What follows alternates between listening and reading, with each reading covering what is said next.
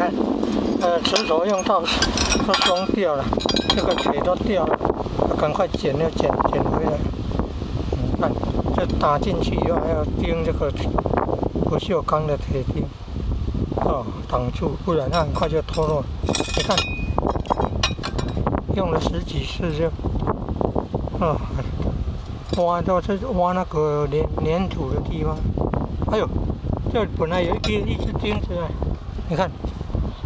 这个，你看，都松掉了，这个都不锈钢的钉嘞，钢钉嘞，它竟然都松掉，你看久了都松掉了，弄这个人力松土的辛苦，要先浇水土软了，用那个圆锹在地上这样挖，像切蛋糕那样挖一条线了，直的，然后又可以横的，然后再用锄头把它那一土块掘起来，一层就比较轻松了好像第2层的话就比较费力了。它这个锄头还算小型的，